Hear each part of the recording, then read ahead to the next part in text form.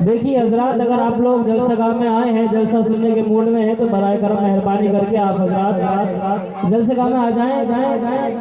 حضرت تقریر کے لیے تیار ہیں، اگر آپ لوگ سننے کے موڈ میں ہیں اور تیار ہیں تو جلسہ گاہ میں آ جائیے۔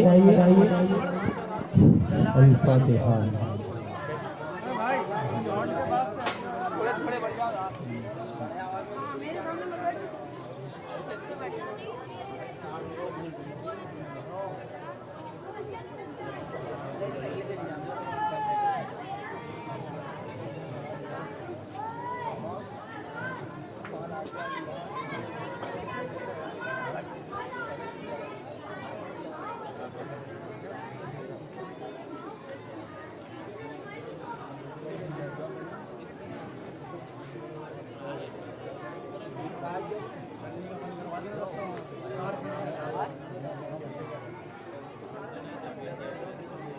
ان اللہ و ملائکتہ یصلون علی النبی یا ایھا الذین آمنوا صلوا علیہ وسلموا تسلیما۔ اللہم صلی علی سیدنا و مولانا محمد معدن الجود والکرم منبع العلم والحلم والحکم وآلہ وبارک وسلم۔ صلاۃ و سلام علیک یا رسول اللہ، صلاۃ و سلام علیک یا حبیب اللہ صلی اللہ تعالی علیہ وسلم۔ سبحان ربک رب العزۃ عما یصفون وسلام علی المرسلین والحمد للہ رب العالمین۔ اسٹیج پر رونق افروز علماء کرام و سادات اعظام و تمام سامعین و سامعات، السلام علیکم ورحمۃ اللہ وبرکاتہ۔ الحمدللہ رب العالمین والعاقبۃ للمتقین، والصلاۃ والسلام علی رسولہ الکریم وعلی آلہ وصحبہ الطیبین الطاہرین وبنیہ الکریم الغوث العظم الجیلانی البغدادی وبنیہ الکریم الخواجہ الاعظم الاجمیری وشہید محبتہ امام احمد رضا الفاضل البریلوی۔ اما بعد فاعوذ باللہ من الشیطان الرجیم ببرکۃ بسم اللہ الرحمن الرحیم۔ یا ایھا الذین آمنوا اتقوا اللہ وکونوا مع الصادقین۔ صدق اللہ مولانا العظیم وصدق رسولہ النبی الکریم ونحن علی ذلک لمن الشاہدین والشاکرین والذاکرین والحامدین والحمد للہ رب العالمین۔ حضرات، جیسا کہ ہم اور آپ جانتے ہیں، آج کا یہ نور و نکہت کے اندر ڈوبا ہوا اجلاس، آج ہم اور آپ کا یہاں پر جمع ہونا صرف اور صرف بغرض خراج عقیدت حضور پیر پیرا میر میرا محبوب سبحانی قطب ربانی حضور سیدنا عبد القادر جیلانی غوث اعظم دستگیر رضی اللہ تعالیٰ عنہ کی شان بابرکت میں خراج عقیدت پیش کرنے کی غرض و غایت سے عظیم الشان تقریر کا پروگرام رکھا گیا اور اسی غرض و غایت سے ہم اور آپ یہاں پر جمع ہوئے ہیں۔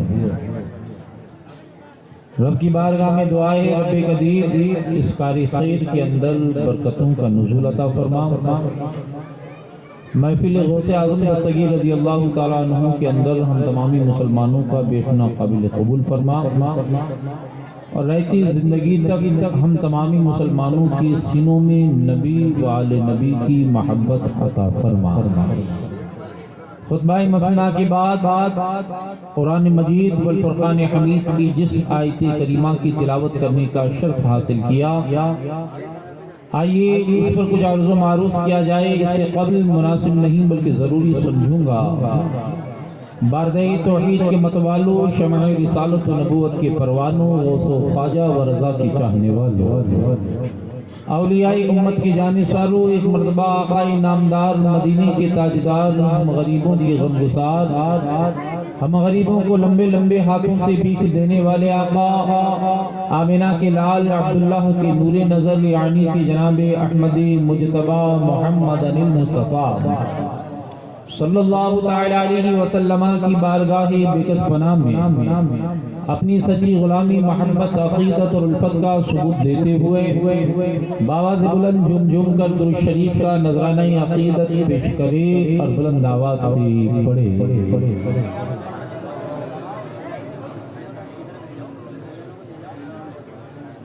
اللہم صلی علی سیدنا و مولانا محمد معدن الجود والکرم، منبع العلم والحلم والحکم، والیہ وبارک وسلم، صلاۃ و سلام علیک یا رسول اللہ، صلاۃ و سلام علیک یا حبیب اللہ صلی اللہ تعالی علیہ وسلم۔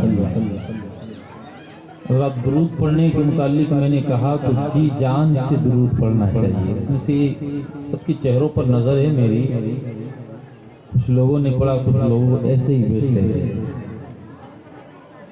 درود پڑھ کر کوئی احسان نہیں کرتے۔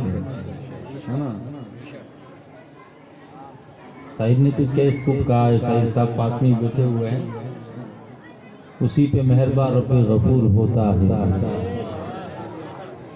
اسی پہ مہربان رب غفور ہوتا ہے، اس کے سینے میں عشق رسول ہوتا ہے، اسی پہ مہربان رب غفور ہوتا ہے، اس کے سینے میں عشق رسول ہوتا ہے۔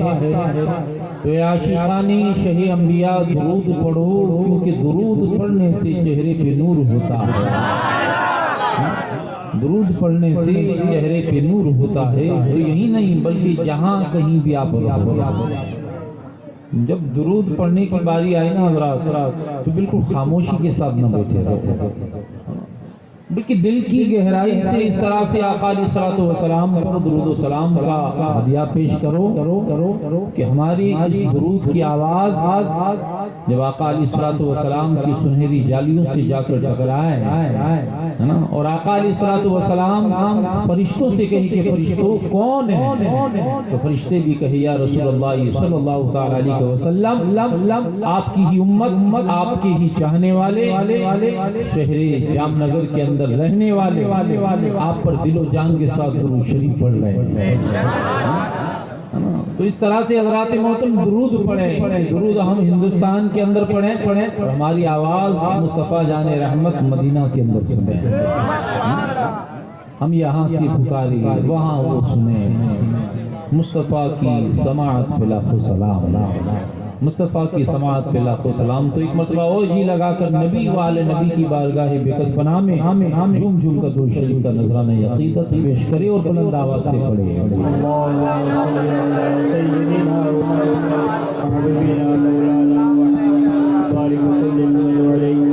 اللہم صلی علی سیدنا مولانا محمد معدن الجود والکرم، منبع العلم والحلم والحکم، والیہ وبارک وسلم، صلاۃ و سلام علیک یا رسول اللہ، صلاۃ و سلام علیک یا حبیب اللہ صلی اللہ تعالی علیہ وسلم۔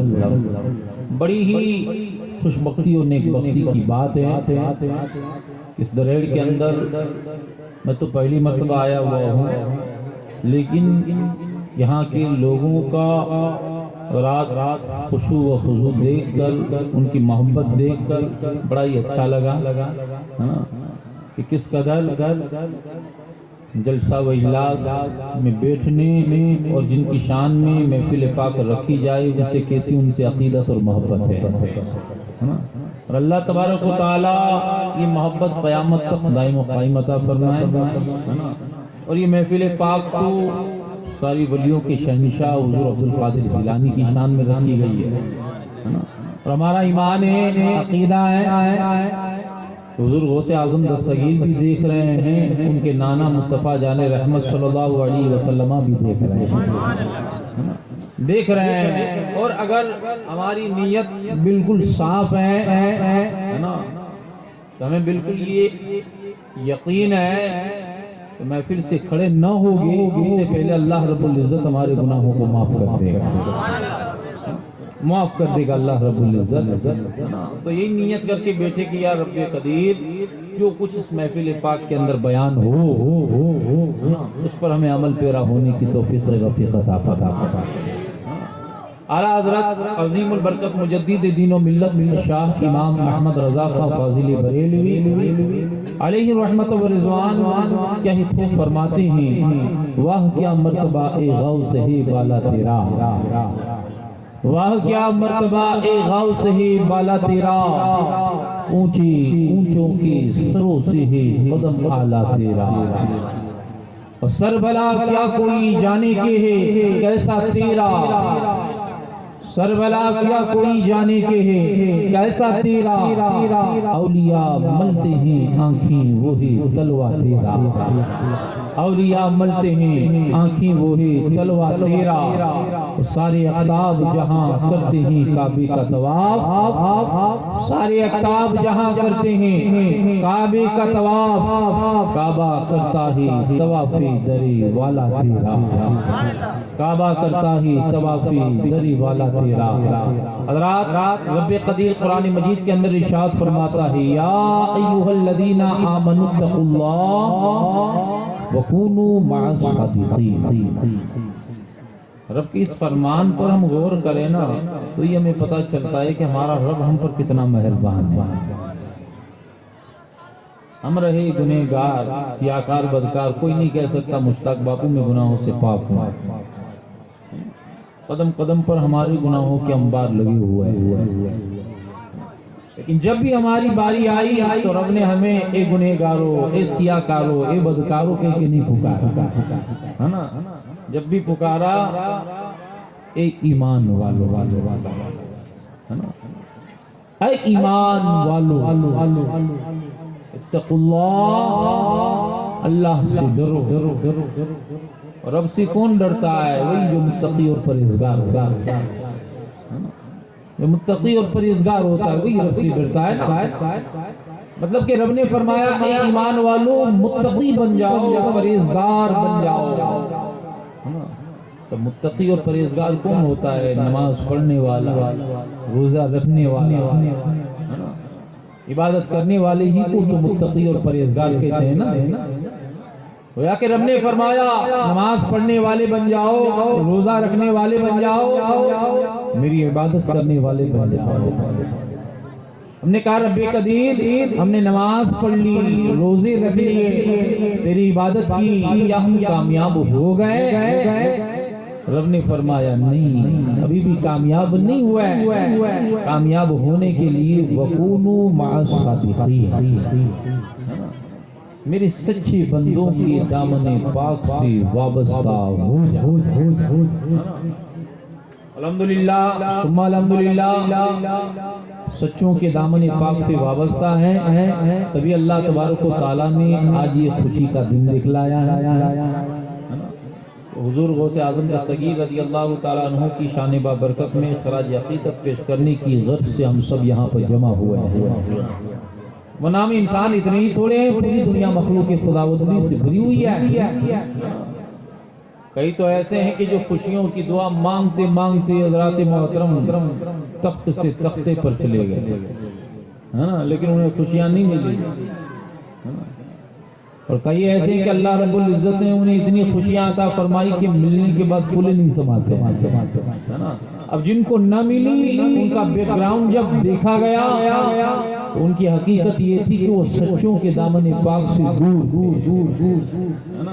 اور اللہ رب العزت نے جن کو اتنی خوشیاں عطا فرمائی کہ ملنے کے بعد پھولے نہیں سماتے، ان کی حقیقت یہ تھی کہ ان کا ہر کام سچوں کے دامن پاک کو پکڑتے ہوئے ہوتا ہے، ان کا ہر کام سچوں ہی کو شامل رکھتے ہوئے کرتے تھے وہ۔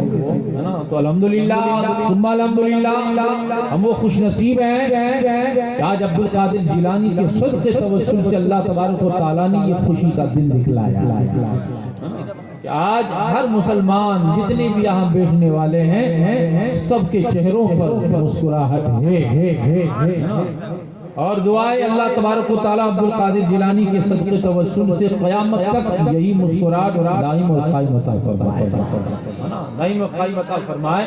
اب حضرات ولی تو دنیا میں کافی ہوئے ہو رہے ہیں اور قیامت تک ہوتے رہیں گے، قیامت تک ہوتے رہیں گے، لیکن جو ولایت، جو شہنشاہی، جو امامت اللہ تبارک و تعالیٰ نے عبد القادر جیلانی کو عطا فرمائی ہے، ویسی ولایت، ویسی شہنشاہی، ویسی امامت کسی اور ولی کو نہیں عطا فرمائی، کسی اور ولی کو نہیں عطا فرمائی۔ وہ عبد القادر جیلانی رضی اللہ تعالیٰ عنہ کہ آج ہم ان کی شان میں جو محفل سجائے ہوئے ہیں، وہ عبد القادر جیلانی کی مرضی ہے تبھی یہ سب کچھ ہو رہا ہے، ورنہ خود غوث اعظم دستگیر رضی اللہ تعالیٰ عنہ کا یہ فرمان ہے کہ لوگ اس وقت تک میرا نام نہیں لے سکتے جب تک کہ میں نہ چاہوں، جب تک کہ میری مرضی نہ ہو تب تک کوئی میرا نام بھی نہیں لے سکتا۔ حضور غوث اعظم دستگیر رضی اللہ تعالیٰ عنہ کی مرضی ہے تبھی تو یہ اجلاس ہوا، تبھی تو آج ہم سب ان کا نام مبارک لے رہے ہیں۔ تو یہ خیال رکھیں اور یہی سوچ کر بیٹھے رہیں کہ ہمیں عبد القادر جیلانی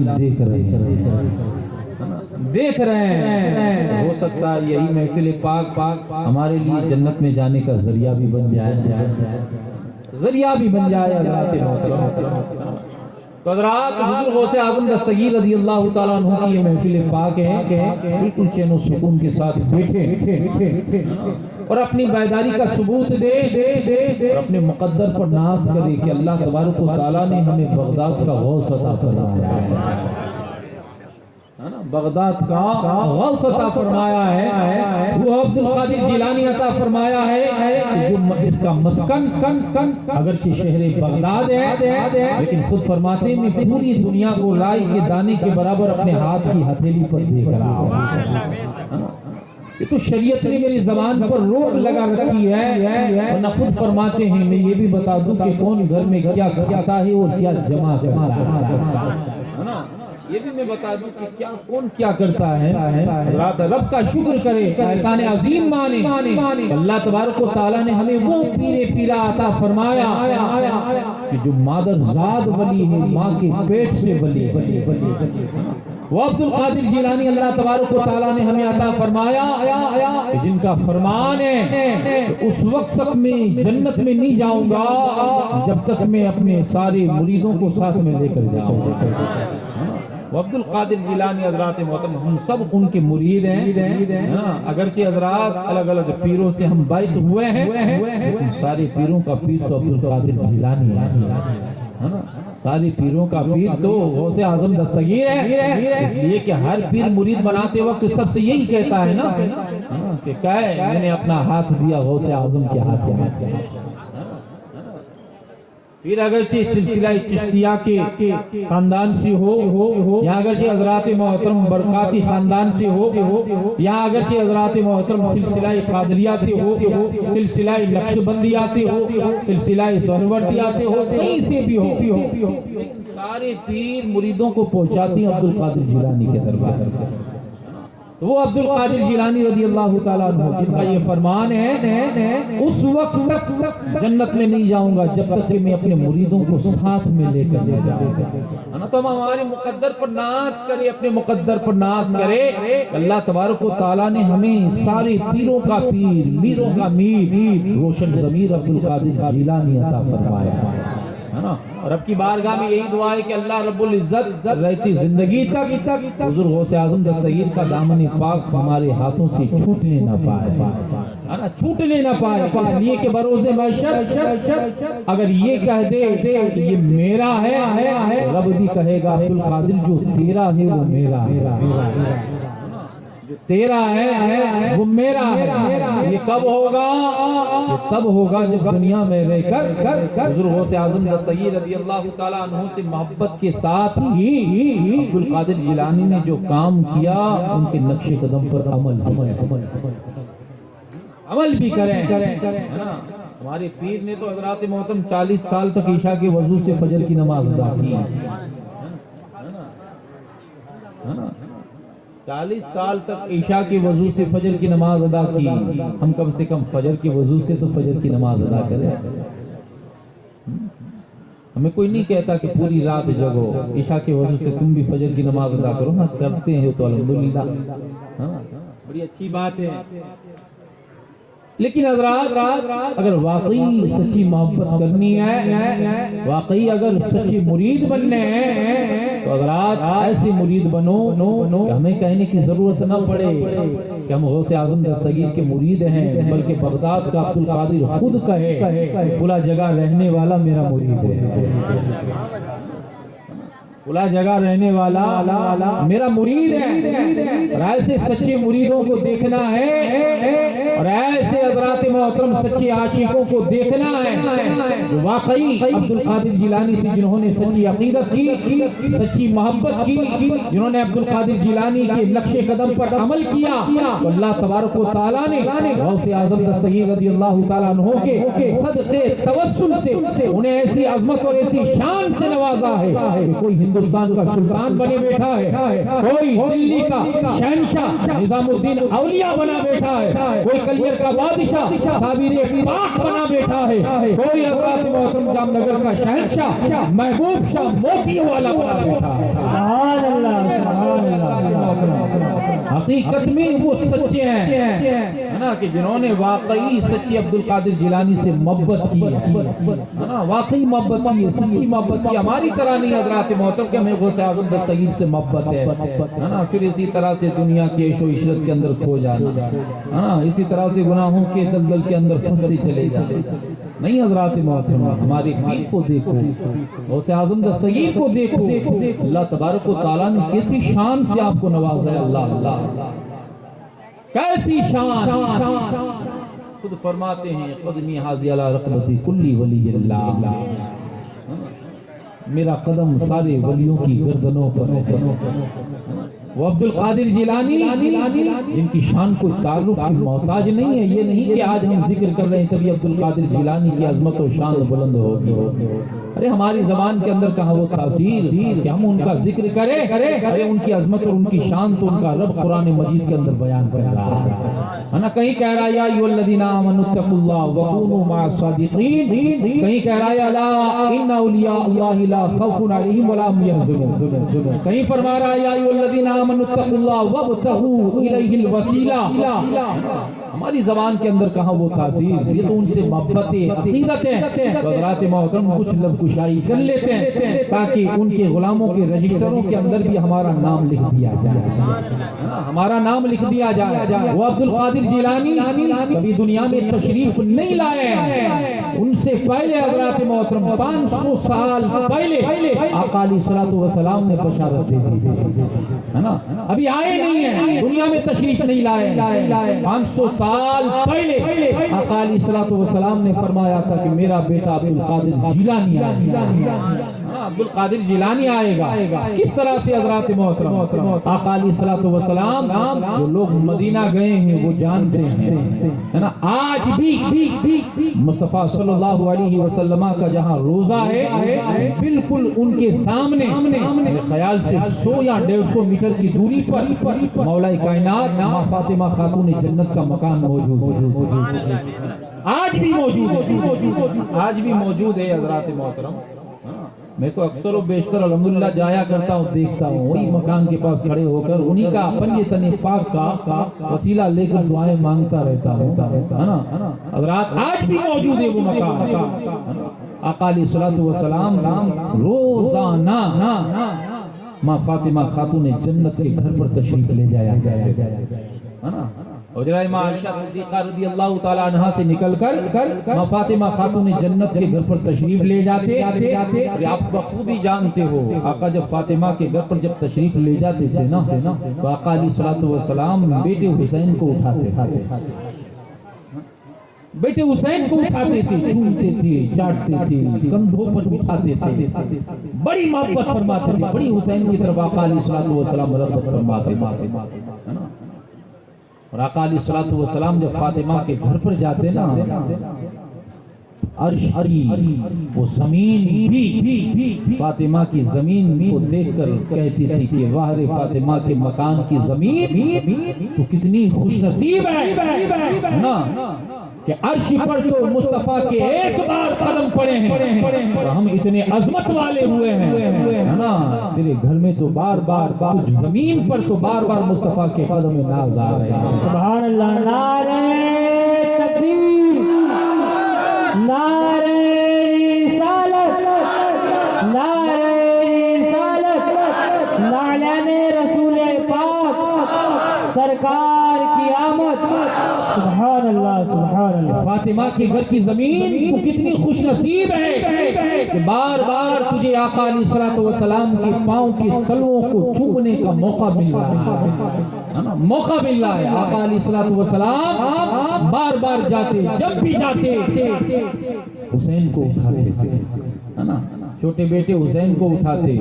ایک مرتبہ آقا علیہ الصلوۃ والسلام نے نماز فجر ادا کی اور نماز فجر ادا کرنے کے بعد آقا علیہ الصلوۃ والسلام فاطمہ کے گھر پر گئے۔ جانے کے بعد اس مرتبہ آقا علیہ الصلوۃ والسلام نے بیٹے حسین کو نہیں اٹھایا بلکہ حسن کو بلایا، حسن کو بلایا، اور حسن کو بلانے کے بعد حسن کی پیشانی کو بوسہ دیا، حسن کے رخسار کو بوسہ دیا، حسن کی گالوں کو بوسہ دیا، حسن کو کندھے پر بٹھایا۔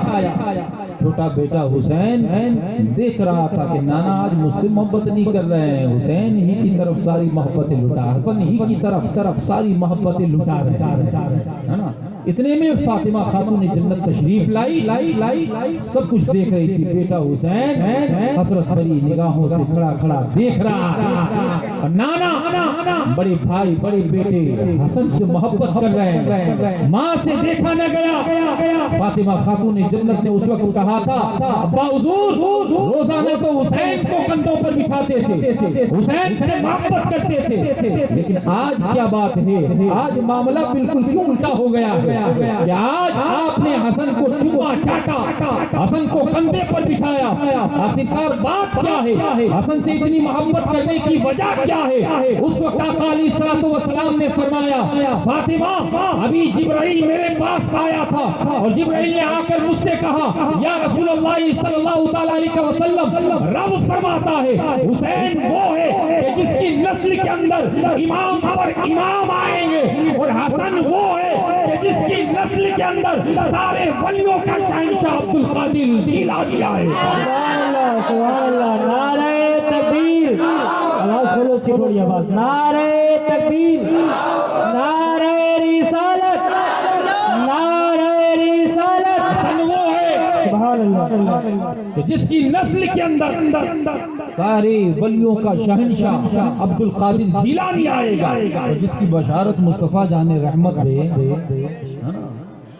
اعلیٰ حضرت سرکار فرماتے وہ زبان جس کو سب ان کی کنجی کہے، اس کی نافذ حکومت پہ لاکھوں سلام، اس کی نافذ حکومت پہ لاکھوں سلام۔ یہ 500 سال پہلے آقا علیہ الصلوۃ والسلام نے بشارت دی، اور یہی نہیں بلکہ اگر دیکھا جائے نا حضرات محترم، دونوں شہزادوں کی نسبت، حسن اور حسین کی نسبت ایک طرح سے اگر دیکھے تو حضرت ابراہیم علیہ الصلوۃ والسلام کے شہزادے حضرت اسماعیل اور اسحاق سے میچ کرتی ہے نا، دونوں سے میچ کرتی ہے حضرات محترم۔ دیکھو آپ حضرت ابراہیم علیہ نبینا علیہ الصلوۃ والسلام کے دو شہزادے حضرت اسماعیل اور حضرت اسحاق، اسماعیل بڑے اسحاق چھوٹے۔ جس طرح سے حسن اور حسین کی نسبت ہے، اسی طرح سے ان دونوں بھائیوں کی بھی نسبت ہے نا، اسماعیل اور اسحاق کی دونوں کی نسبتیں دیکھیں بالکل سیم، ایک طرح کی نسبت ہے۔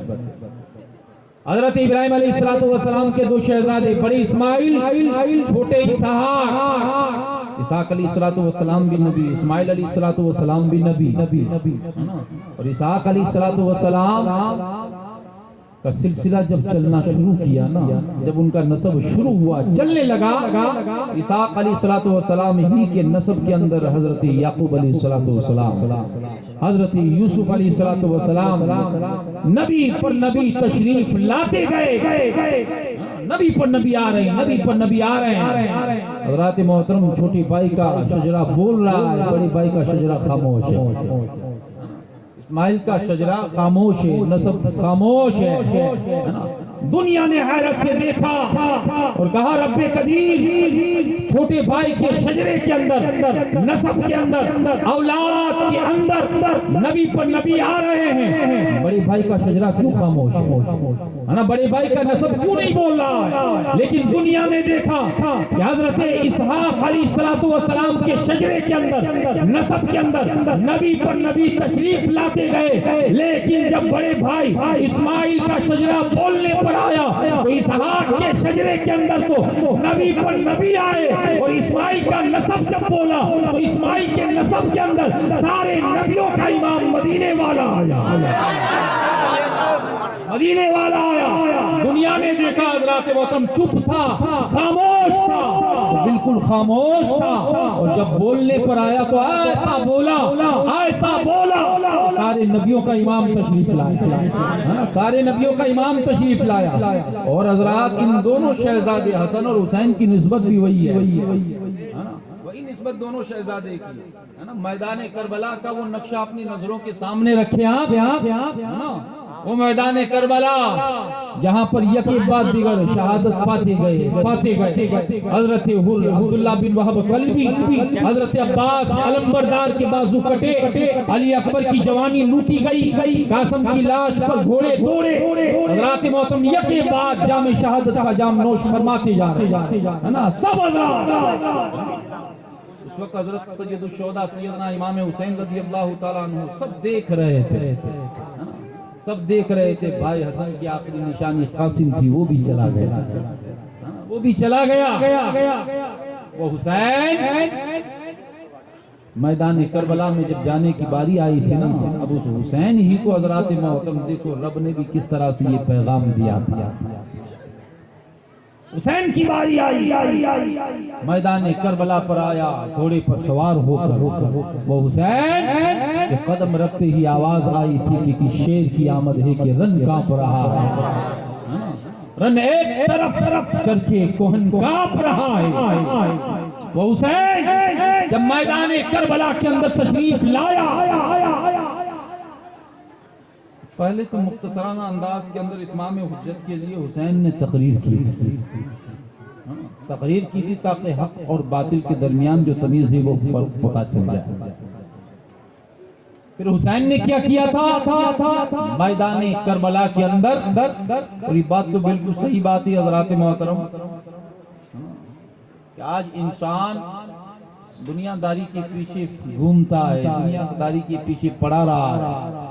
ہر انسان کو دیکھو اپنا نام اونچا کرنے کے سلسلے میں کہ بس کسی بھی طرح سے میرا نام بلند ہو جائے، میرا نام بلند ہو جائے۔ لیکن حضرات جو انسان اپنے نام کے پیچھے نہیں خدا کے نام کے پیچھے ہوتا ہے نا، حضرات خدا اس انسان کو اتنی بلندی عطا فرماتا ہے، اتنی بلندی عطا فرماتا ہے۔ میدان کربلا کے اندر بھی یہی ہوا تھا، حسین اپنے نام کو بلند کرنے کے لیے نہیں گیا تھا کہ میرے جانے کے بعد، شہادت کے بعد لوگ مجھے یاد کرے، میرا نام بلند کرے، نہیں حضرات، یہ تو سب رب کی طرف سے ہو رہا ہے، سب رب کی طرف سے ہو رہا ہے۔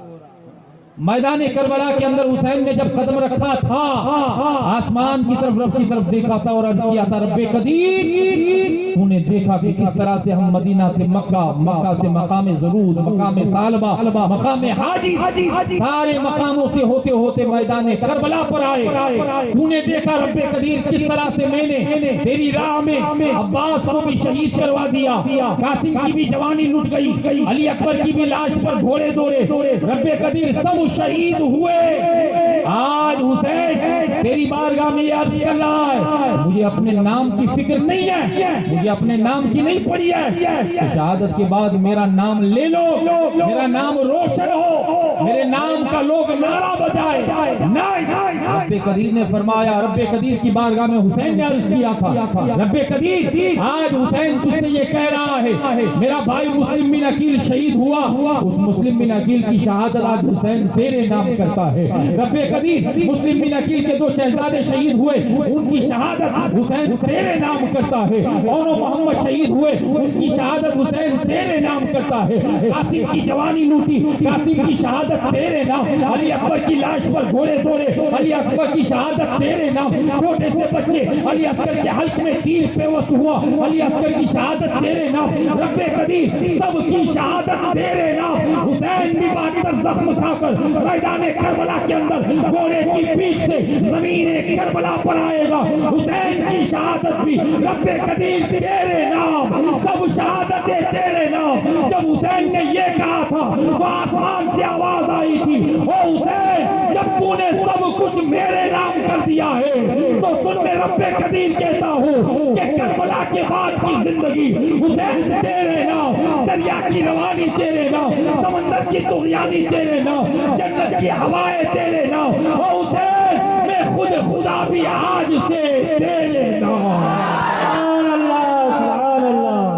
ماشاءاللہ حسین میں خود خدا بھی آج سے تیرے نام۔ حضرات محترم وہی حسین سب کچھ رب کی بارگاہ میں عرض کر دینے کے بعد، پیش کر دینے کے بعد، وہی حسین حضرات محترم رب کی بارگاہ میں ہاتھ اٹھا کر عرض کرتا ہے، رب قدیر ایک غم ہے مجھے، کیا کہتا ہے؟ غم ہے رب قدیر، میں مسافر ہوں تو مسافروں کی دعا قبول کرتا ہے، بے وطن ہوں تو بے وطنوں کی دعا قبول کرتا ہے۔ رب قدیر تو دیکھ رہا ہے کس طرح سے ہمیں ستایا گیا، کس طرح سے دھوکے سے بلایا گیا۔ ایک دعا کر رہا ہوں، رب قدیر میری اس دعا کو قبول فرما لے، دعا کو قبول فرما لے۔ رب قدیر میں جانتا ہوں میرے جانے کے بعد میرے نسب کو زین العابدین سنبھالے گا، مجھے معلوم ہے زین العابدین سنبھالے گا اور اسی سے سیدوں کا سلسلہ شروع ہوگا۔ دنیا کے اندر قیامت تک جتنے سادات پیدا ہوں گے سب زین العابدین ہی کی اولاد مانی جائے گی۔ رب قدیر میری نسل کے اندر، میرے نسب کے اندر امام پر امام آئیں گے، لیکن آج حسین تیری بارگاہ میں عرض کر رہا ہے، رب قدیر میرا بھتیجا قاسم، میرا بھتیجا قاسم، وہ قاسم جس کا چہرہ دیکھتا تھا تو بھائی حسن کی یاد تازہ ہو جاتی تھی، بھائی حسن کی یاد تازہ ہو جاتی تھی۔ رب قدیر وہ قاسم بھی میدان کربلا کے اندر شہید ہو گیا، وہ قاسم کی بھی جوانی لوٹ لی گئی۔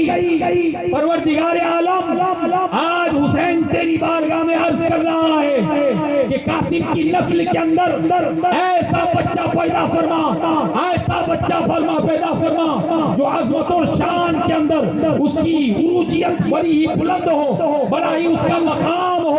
جب حسین نے رب کی بارگاہ میں یہ عرض کیا تھا تو آسمان سے آواز آئی تھی، حسین فکر مت کر، گھبرا مت، تیری نسل کو تو زین العابدین سنبھالے گا، تیری نسل کے اندر امام پر امام آئیں گے، لیکن آج تیرا رب تجھ سے کہتا ہے تیرے بھائی حسن کی نسل کے اندر میں ایک ایسا بچہ پیدا کروں گا کہ تیری نسل میں امام پر امام ہوں گے، تیرے بھائی حسن کی نسل کے اندر ایک ایسا بچہ پیدا ہوگا جو بچہ سارے ولیوں کا شہنشاہ عبد القادر ہوگا،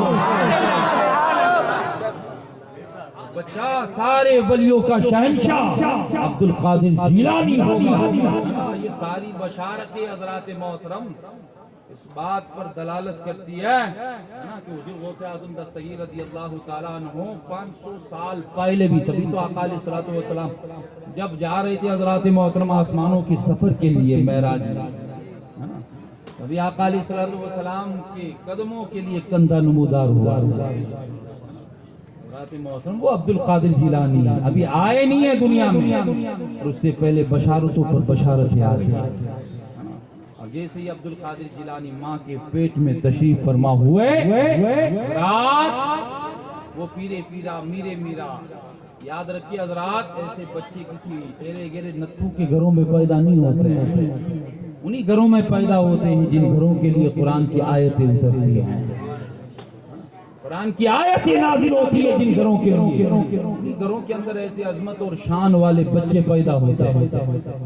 میں تو یہی کہتا ہوں حضرات محترم، ماں باپ اگر پرہیزگار ہو، پارسا ہو، ماں باپ کا بیٹا بھی ضرور عبد القادر جیلانی ہوتا ہے، جیلانی ہوتا ہے حضرات محترم۔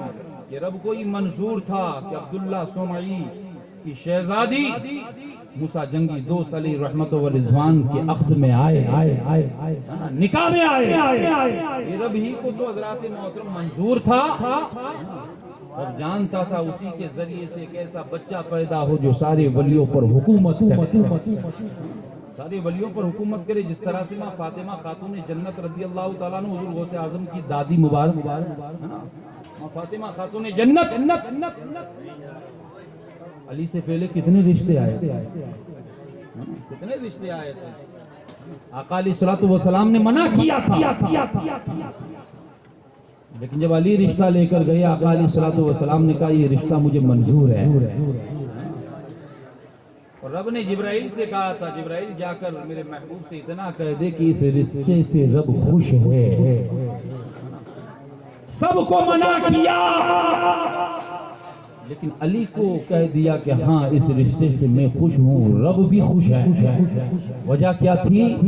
وجہ یہی تھی کہ رب کو یہ معلوم تھا کہ علی کے نکاح کے اندر جب فاطمہ آئے گی اور جب علی و فاطمہ کا جب سنگم ہوگا، جب دونوں کا ملن ہوگا اور اس ملن کے ذریعے سے دو ایسے عظیم بچے پیدا ہوں گے جو ایک اپنے خلافت کا تاج دے کر اسلام کی عزت کو بچا لے گا اور ایک اپنا سب کچھ قربان کر کے میدان کربلا کے اندر اسلام کو بچا لے گا، اسلام کو بچا لے گا حضرات محترم۔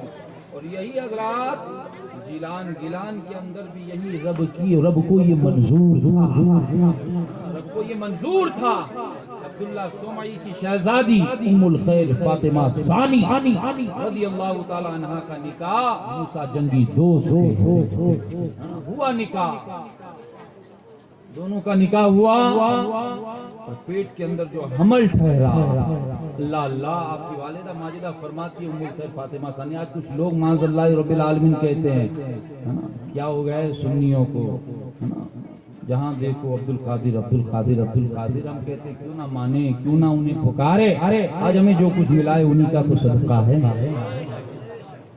انہی کا تو صدقہ ہے، کیوں نہ مانے۔ اور ہاں یہ بات بھی یاد رکھیے حضرات محترم، مانے تو دل سے مانے، مانے تو دل سے مانے، ایسا نہیں اسی زبان سے کہہ دیا ہم مانتے ہیں، نہیں حضرات، یہ وہ اللہ کے ولی ہیں، اور عبد القادر جیلانی ہی نہیں بلکہ جتنے بھی اللہ کے محبوب بندے تشریف فرما ہیں جو اپنی مزاروں کے اندر آج بھی آرام فرما ہے، لوگوں کے دلوں پر جو حکومت کر رہے ہیں، مانے تو سچا دلی کے ساتھ مانے اور مانگے تو بھی زندہ دلی کے ساتھ مانگے۔ کافی لوگوں کا یہ کہنا ہے، ہمارے یہاں تو یہ دیکھا ہے دستور ہم نے، آپ بھی یہاں پہ رہنے والے ہو گئے تو آپ بھی یہی کے ہوئے، آپ بھی دیکھتے رہو گے، کافی ایسے لوگ ہیں جو مانگنے کے لیے جاتے ہیں، نہیں ملتا ہے تو باہر نکل کر کہتے ہیں اس اللہ کے ولی کے پاس مت جانا، کچھ دیتا نہیں مانگنا۔ کافی ایسے لوگوں کو دیکھا ہے ہم نے، لیکن وہ اتنا نہیں سمجھتے، اتنا نہیں جانتے، نہیں ملتا ہے اس میں بھی کوئی راز کی بات ہے، نہیں ملتا ہے اس میں بھی کوئی راز کی بات ہے، ورنہ ہم تو وہ ہے، کافی لوگ میرے پاس تعویذات بنانے کے لیے آتے ہیں، مشتاق باپو تعویذ بنا دو، یہ کام نہیں ہوتا، یہ کام نہیں ہوتا، تو انہیں تعویذ نہیں دیتا ہوں میں، پہلے یہ کہتا ہوں نماز پڑھ، اور اگر تعویذ بھی بنا دو نا تو کہتا ہوں 5 وقت کی نماز پڑھنے کے بعد ہاتھ میں رکھ کر دعا مانگنا، اللہ سب ٹھیک کر دے گا، اللہ سب ٹھیک کر دے گا حضرات محترم۔ تو آتے بھی ہیں بیچارے، آتے ہیں، کچھ دن نماز میں ہوتے ہیں پھر حضرات غائب ہو جاتے ہیں، بازار میں جب ملاقات ہوتی ہے میں کہتا ہوں کیا ہوا، آتا کیوں نہیں ہے، کہا آنے سے کیا فائدہ، کام تو ہو گیا میرا، جو کام کرنا تو وہ تو ہو گیا۔ ہمارا عالم یہ ہے جب تک کام نہ ہو حضرات محترم، ورنہ اگر ایسے ہی ایک بار مانگنے سے سب کچھ مل جاتا تو ہم اللہ کے ولیوں کے دربار میں جانا بھی بند کر دیتی حضرات محترم۔ دراصل حقیقت تو یہ ہے حضرات، ہمیں صحیح طرح سے مانگنا ہی نہیں آیا، صحیح طرح سے ہمیں مانگنا ہی نہیں آیا، مانگنے کا طریقہ اور سلیقہ ہی ہمیں نہیں آیا، کس طرح سے ہمیں مانگنا چاہیے، کس طرح سے مانگا جائے۔ بالکل حضرات، اور اس سلسلے میں اگر ان غیروں کو دیکھیں نا، وہ غیر ہم سے بھی آگے نکل گئے، غیر بالکل ہم سے بھی آگے نکل گئے، ہمیں بالکل یقین نہیں ہوتا، کامل یقین نہیں ہمارے پاس، ان کے پاس کامل یقین، ہمیں معلوم ہے دے گا تو ہی دے گا، تو ہی دے گا، تو ہی دے گا، تو ہی دے گا۔ ہم تو بس یہاں پہ مانگے، ملے تو ٹھیک ہے، چلو وہاں جاتے پھر کہتے کچھ ملتا نہیں ہے، کچھ ملتا نہیں ہے۔ اور ان لوگوں کا یقین دیکھو، میرا ایک دوست تھا، اس دوست کی بیوی حضرات محترم پیٹ سے تھی، یہ جی جی ہاسپٹل ہے نا جام نگر میں، ایروین ہاسپٹل، اس کے اندر ایڈمٹ تھی، مجھ سے کہنے لگا مشتاق باپو آپ آؤ اس طرح سے اور کوئی ایسا تعویذ بنا دو جس سے ہے نا نارمل سب کچھ ہو جائے۔ میں گیا اسپتال، اور اسپتال جانے کے بعد اس کو تعویذ بنا دیا، میں نے سیدھے ہاتھ میں باندھ دینا۔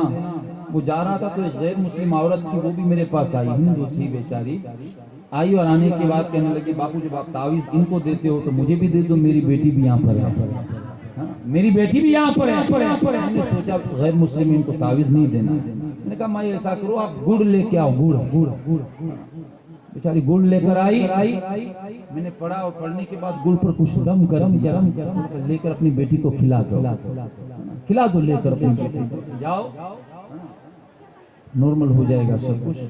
اب حضرات جس کو تعویذ دیا اپنے والا تھا، وہ جاتا جاتا مڑ کے دیکھ کر مجھ سے کہتا جاتا ہے مشتاق باپو ہو تو جائے گی نا نارمل ڈیلیوری۔ اور بیچاری وہ غیر مسلم گڑ سے پڑھ کے دیا، تعویذ بھی نہیں دیا، گئی اس طرح سے گئی ہے کہ مڑ کر دیکھا بھی نہیں ہے، دیکھا نہیں ہے حضرات محترم۔ اس سے پتا چلتا ہے کہ ان کا یقین دیکھو اور ہمارا یقین، اتنا فرق ہے ان دونوں ہمارے میں، یہی حال ہے ہمارا۔ حضرات یہ نہ سوچے کہ ملتا نہیں ہے کیا ہوگا، کیوں نہیں دیتا ہے، اور باہر جا کے کسی اور سے بھی نہ کہے کہ نہ مانگو کچھ نہیں ملتا، نہ مانگو کچھ نہیں ملتا، اس میں بھی کوئی راز ہے، ورنہ ہماری حقیقت تو مل جاتا تو پھر آتی بھی نہیں، ہو سکتا ہے نہیں ملتا ہے، بار بار ہمیں بلا رہے ہو، بار بار ہم کھڑے ہو مانگ رہے ہو، ہے نا، ہمارے مانگنے کو دیکھ کر انہیں مزہ آتا ہوتا۔ اس طرح سے حضور خواجہ بختیار کاکی رضی اللہ تعالیٰ عنہ، حضور غریب نواز سرکار کے دربار میں قرآن پڑھتے تھے، غریب نواز سرکار نے فرمایا تھا بختیار جو قرآن پڑھتا ہے نا تو پڑھتا رہے میں سنتا رہا، بڑا مزہ آ رہا ہے۔ اسی طرح سے حضرات محترم وہی غریب نواز سرکار، ایک مولانا صاحب تھے، کہو تو سنا دو مولانا صاحب، جن کا نام تھا مولانا عبدالعزیز صاحب، 7 بیٹیاں تھیں، جن کی 7 بیٹیاں، مجھے تقریر کرنے کے بعد 12:30 بجے ایک نکاح کے اندر بھی پہنچنا ہے، حضرات جتنا بھی کہوں اللہ کی بارگاہ میں دعا ہے اللہ تبارک و تعالی ہم سب کو سن کر عمل کرنے کی توفیق عطا فرمائے، اور صحیح طرح سے ان ولیوں کے دربار میں مانگنے کی توفیق عطا فرمائے۔ مولانا صاحب، مولانا عبدالعزیز صاحب، 7 بیٹیاں تھیں، ایک مسجد میں امام تھے، مسجد کے ٹرسٹیوں نے بھی انہیں وہاں سے نکال دیا، بیچارے نوکری ڈھونڈتے رہے، کوئی نوکری دینے کے لیے تیار نہیں ہوتا، گھر کی حالت ایسی ہو گئی، دوپہر میں کھانا ہوتا تو شام میں نہیں ہوتا، بالکل ایسی حالت، سب گھر والے پریشان، بیٹیاں پریشان، ابا حضور کیا کرے، اب تو بھوکے رہنے پڑے، بھوکے رہ رہے ہیں ہم، کیا کریں؟ کافی جگہ پر گئے، کوئی مدرسے کے اندر کوئی ٹرسٹی، کوئی مسجد کا کوئی پٹیل آ کر کسی نے یہ نہیں کہا کہ مولانا چلو ہماری یہاں جگہ ہے، آ جاؤ۔ دیکھو حضرات، کوئی اللہ کے ولیوں کا دربار ایسا ہوتا ہے جہاں پر کھڑے رہ کر آنسو بہانا انہیں پسند آ جاتا ہے۔ مولانا صاحب کے دوستوں نے کہا ایسا کرو کہ آپ ہندوستان کے راجہ غریب نواز سرکار کے دربار میں چلے جاؤ، وہ دربار ایسا دربار ہے یہاں پر جو بھی مانگتا ہے خواجہ اسے سب کچھ دیتا ہے. آپ وہاں چلے جاؤ. مولانا عبدالعزیز صاحب کے پاس اس اجمیر شریف میں جانے کے لیے پیسے بھی نہ تھے, کرایہ بھی نہ. دوستوں نے آپس میں مل جل کر پھاڑا پھوڑی کی, مولانا صاحب کو دیا. بیچارے نے گھر پر بیوی بچوں کو چھوڑا. چھوڑنے کے بعد اجمیر شریف آئے. فرماتی پہلی مرتبہ اجمیر آیا. آنے کے بعد غریب نواز سرکار کی دھولے دھولے گنبد کے سامنے کھڑا ہوا, دعا مانگنے لگا. اندر گیا. ایک دن, 2 دن, 3 دن, 4 دن, 5 دن, فرماتے 1 مہینہ گزرا. 1 مہینے کے اندر کوئی مسجد کا ٹرسٹی یا کوئی متولی نے آ کر مجھ سے یہ نہیں کہا کہ چلو ہماری یہ مسجد خالی ہے, مصلی سنبھال لو. کسی نے آ کر یہ نہیں کہا چلو مدرسے میں جگہ خالی, آ کر مدرسے میں بچوں کو پڑھاؤ. کوئی نہیں آیا. مولانا بیچارے روتے رہے, خواجہ تو سب کو دیتا ہے, میری بھی بیوی بنا دے, مجھے زیادہ نہیں چاہیے, بس خواجہ مجھے نوکری مل جائے. تو بھی جانتا ہے خواجہ میری 7 چھوٹی چھوٹی بچیاں ہیں جن کو بغیر نان و نفقہ کے میں چھوڑ کر آیا ہوں. خواجہ کیسے ان کی زندگی بسر ہوتی ہوگی. 1 مہینہ گزر گیا تیرے دربار میں مانگتے مانگتے, خواجہ کیا تو میرا امتحان لے رہا ہے؟ خواجہ کسی بھی طرح سے مجھے ذریعہ معاش عطا فرما. لیکن 1 مہینہ گزرا, کچھ نہ ہوا. حضرات مولانا صاحب نے کیا کیا, قرآن مجید کی تلاوت کرنا شروع کر دیا. قرآن پڑھتے رہے. وہاں کے جتنے خدام تھے سب بھی مولانا عبدالعزیز صاحب کو پہچاننے لگے. سب پہچاننے لگے. اور خواجہ کا دربار تو وہ دربار ہے, پیٹ بھر کے تینوں ٹائم کھانا تو مل ہی جاتا ہے, مل ہی جاتا ہے. آج بھی حضرات محترم علی و فاطمہ کی شہزادوں کے یہاں ان کا خزانہ جاری و ساری ہے. تینوں ٹائم پیٹ بھر کے کھانا مل جاتا. لیکن وہ مولانا صاحب جب بھی کھانے کا لقمہ منہ کے اندر ڈالتے نا, پیٹ بھر کے نہیں کھاتے تھے, بچوں کی یاد آ جاتی ہے. بچوں کی یاد آ جاتی تھی, بیچارے رونے لگتے. گھر پہ بیٹیاں بھوکی ہوگی اور میں یہاں پر مانگتے رہے. 2 مہینے گزرے, ہے نا. 3را مہینہ شروع ہوا لیکن انہیں نوکری نہ ملی. 3 مہینے گزر گئے. صبح فجر کی نماز پڑھنے کے بعد غریب نواز سرکار کی مزار کے قریب کھڑے ہو کر مانگ رہے تھے. ظہر ہوئی, نماز پڑھی, عصر ہوئی, نماز پڑھی, مغرب ہوئی, نماز پڑھی, عشاء کی نماز پڑھ کر خواجہ کے دربار میں کھڑے ہوئے. خواجہ 3 مہینے گزرے, ہے نا. اب تو نظر رحمت کر, ہے نا. اب تو مجھے کچھ عطا کر. مانگ رہے تھے. اتنے میں ایک غیر مسلم جس نے لال کلر کا ٹیلا لگایا تھا پیشانی پر آیا اور مولانا عبدالعزیز صاحب کے پاس کھڑا ہو گیا. آنے کے بعد کہنے لگا, او غریب نواز سرکار مجھے یہ دے دے, یہ میری خواہش ہے, یہ عطا کر دے, یہ عطا کر دے, یہ عطا کر دے. اور مولانا صاحب مسکرا کر اس سے کہنے لگے, 3 مہینے سے مانگ رہا ہوں, نہیں ملا, اور تو 1 رات کے اندر سارا لینا چاہتا ہے, یہ دے دے, وہ دے دے, وہ دے دے. لائن میں کھڑا ہو جا, میری باری نہیں آئی تھی, کیسے مل سکتا ہے؟ کھڑا ہو جا لائن میں, 1 رات میں تجھے کیسے مل سکتا ہے؟ لیکن اس نے تو کہا نہیں, مجھے معلوم ہے, دے گا تو یہی دے گا, تو یہی دے گا. مانگتے رہے حضرات محترم. مولانا عبدالعزیز صاحب کہتے ہیں 5 منٹ مانگا ہوگا اس غیر مسلم نے, مانگ کر نکل گیا. کہتے ہیں خدام نے درگاہ بند کی, میں بھی نکل آیا. جہاں سونے کی جگہ تھی سو گیا. صبح فجر کی نماز پڑھی. فجر کی نماز پڑھنے کے بعد جیسے ہی جہاں کھڑا رہتا ہوں وہاں پر جا کر کھڑا ہو گیا. وہی ٹیلا لگایا ہوا غیر مسلم آیا.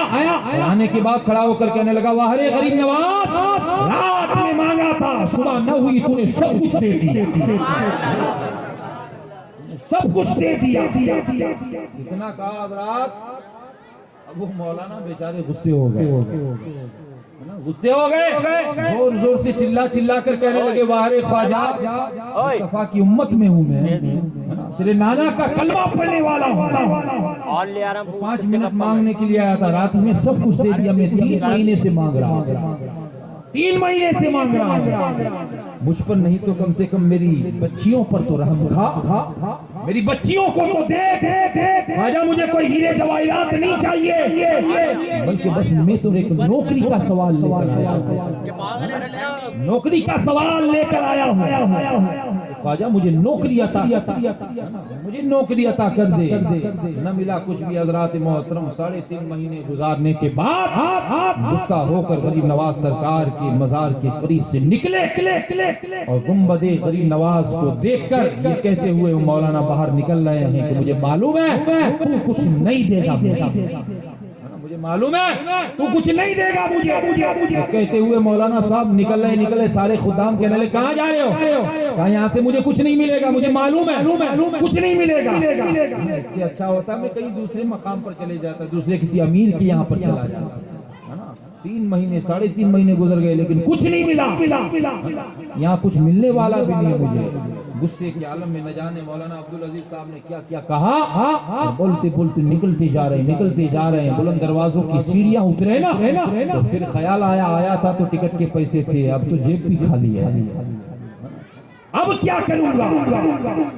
پھر بھی حضرات محترم ہمت کر کے اجمیر کے اسٹیشن پر پہنچے, اپنے گاؤں کی ٹرین کا پتہ لگایا, کھلا ٹائم پر آئے گی, بیٹھے رہے. ٹرین آئی تو بھی حضرات محترم چپکے سے بلا ٹکٹ جا کر جو جنرل ڈبہ ہوتا ہے نا اس ڈبے میں جا کر بیٹھ گئے. اسی خوف و ہراس کے عالم میں کہ کہیں کوئی ٹی سی نہ آ جائے, کہیں کوئی کالے کوٹ والا نہ آ جائے, اگر پکڑ لیا نا تو مجھے جیل کے اندر بند کر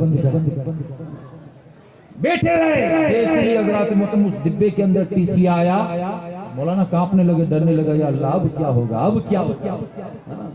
ایسی سچویشن ایسی پوزیشن ہو گئی کہ مولانا سب آگے جا رہے تھے, ٹی سی پیچھے جا رہا ہے.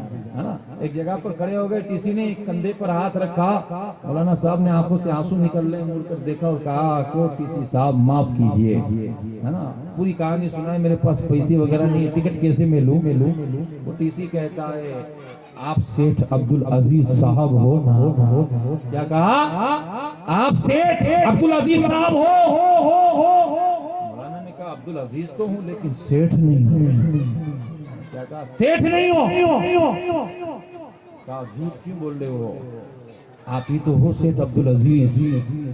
مولانا نے کہا آپ مجھے پہچانتے ہو. کہا حضرت میں ہی نہیں, پورا ہندوستان آپ کو پہچانتا ہے, پورا ہندوستان آپ کو پہچانتا.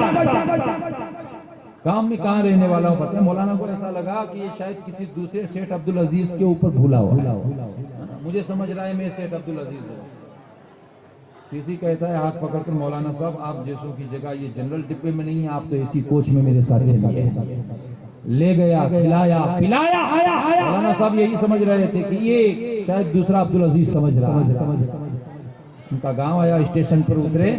جیسے ہی اترے تو فرماتے ہیں مولانا صاحب کہہ رہے ہیں جتنی گاڑیاں لے کر کھڑے تھے لوگ سب کہنے لگے حضرت میرے یہاں پر بیٹھیے, ہماری گاڑی میں آئیے. مولانا عبدالعزیز فرماتے 3.5 مہینے پہلے جب نکلا تھا تو گاؤں والے کوئی پہچانتے نہیں تھے, جانتے نہیں تھے, کوئی رسپیکٹ نہیں تھی, کوئی عزت نہ تھی. 3.5 مہینے کے بعد جب آیا اسٹیشن پر اترا تو ہر گاڑی والا کہتا تھا حضرت ہمارے ساتھ بیٹھیے, ہمارے ساتھ بیٹھیے. اب اترنے کے بعد دیکھا کہ ٹی سی تو چلو باہر گاؤں کا تھا, یہ تو سب میرے گاؤں کے ہیں. گیا پر کہا مجھے پہچانتے ہو. کہا ہم ہی نہیں ہیں, آپ کو تو پورا ہندوستان پہچانتا ہے کہ آپ سیٹھ عبدالعزیز ہو. یار میں کیسے سیٹھ عبدالعزیز ہو سکتا ہوں. کہا میرا گھر دیکھا ہے. کہا ہاں. کہا چلو مجھے لے کے چلے. گاڑی میں بیٹھے, گھر پر لے کر گئے. ایک عالی شان محل تھا, اسی محل کے سامنے جا کر گاڑی کھڑی ہو گئی. مولانا صاحب نے کہا یہ کہاں کھڑی کی. کہا حضرت یہ آپ ہی کا تو محل ہے.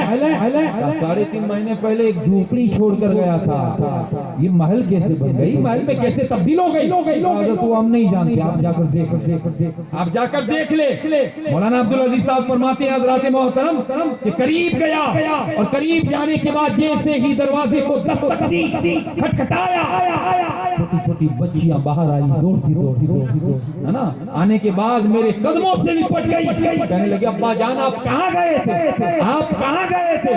میں اپنی بچیوں کو دیکھ کر تعجب کرنے لگا, بچیاں تو میری ہے لیکن اس جھوپڑی کی جگہ پر محل کیسے بن گیا.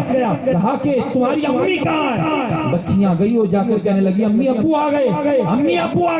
اور ان کی بیوی صاحبہ باہر نکلی. مولانا صاحب فرماتے ہیں جب چھوڑ کر گیا تھا تو پھٹے پرانے کپڑے تھے, اب آئی ہے تو اس طرح سے آ رہی ہے کہ گلوں میں بھی سونے کا چین, ہاتھوں میں بھی سونے کے کنگن, کانوں میں بھی سونے کی بالیاں, ہر طرح سے سونے سے مزین.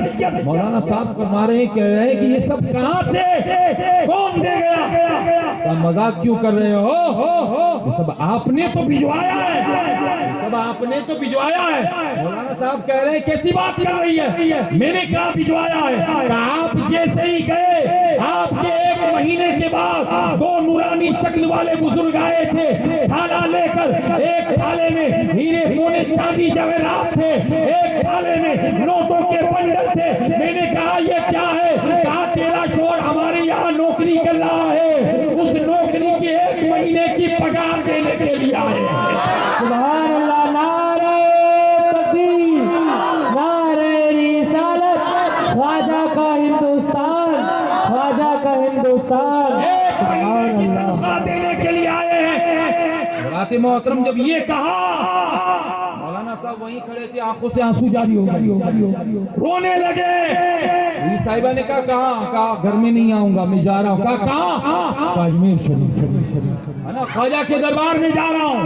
فوراً گاڑی پکڑی، گئے خواجہ کے دربار میں، روتے روتے دروازوں کی سیڑھیوں کو چڑھا، غریب نواز کے دولے دولے گنبد کو دیکھا، آنکھوں سے آنسو کی لڑیاں چل رہی ہے۔